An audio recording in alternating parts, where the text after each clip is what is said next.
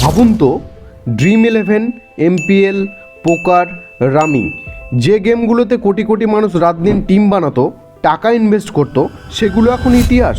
হ্যাঁ, লোকসভায় পাশ হয়েছে অনলাইন গেমিং ব্যান বিল। খেললে জেল, প্রমোট করলে জরিমানা, আর কোটি টাকার ইন্ডাস্ট্রি মুহূর্তে তালাবন্ধ। কিন্তু এই বিল আসলে দেশের তরুণদের বাঁচাবে নাকি লাখ লাখ চাকরি কেড়ে নেবে? আজ আমরা জানব এই সিদ্ধান্তের আসল গল্প, ফ্রডের পেছনের সত্যি, সরকারের ক্যালকুলেশন আর আমাদের ভবিষ্যৎ।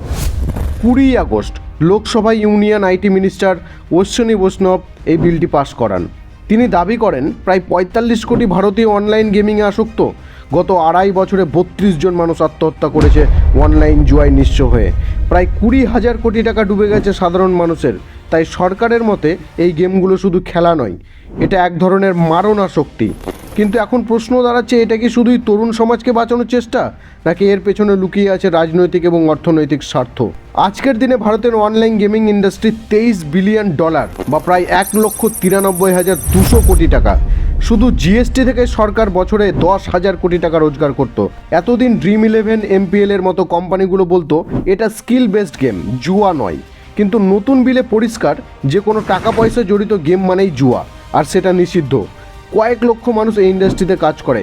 কোম্পানিগুলোর office, tech team, customer service সব মিলিয়ে চাকরির ঝুঁকের মুখে। আর সরকারের আয়ও হঠাৎ কমে যাবে। অনেক বিশ্লেষক মনে করছেন ভোটের আগে ফান্ড জোগাড়ের স্ট্র্যাটেজি হিসাবে এটা কাজে লাগতে পারে। কয়েক হাজার কোটি টাকার লেনদেন এবং ইন্ডাস্ট্রির সাথে জড়িত। তাই হঠাৎ এই কঠোরতা শুধু যুব সমাজকে বাঁচানো নয়, বরং রাজনৈতিক অঙ্ক। এখন বড় প্রশ্ন হলো, আর কখনো কি আমরা আইপিএলে টিম বানাতে পারবো না? বড় বড় সেলিব্রিটিদের বিজ্ঞাপন কি পুরোপুরি বন্ধ হয়ে যাবে, নাকি লুকিয়ে চুরিয়ে আবার নতুন রূপে ফিরে আসবে এই অ্যাপগুলো? এই প্রশ্নগুলোই আগামী দিনে দর্শককে ভাবাবে।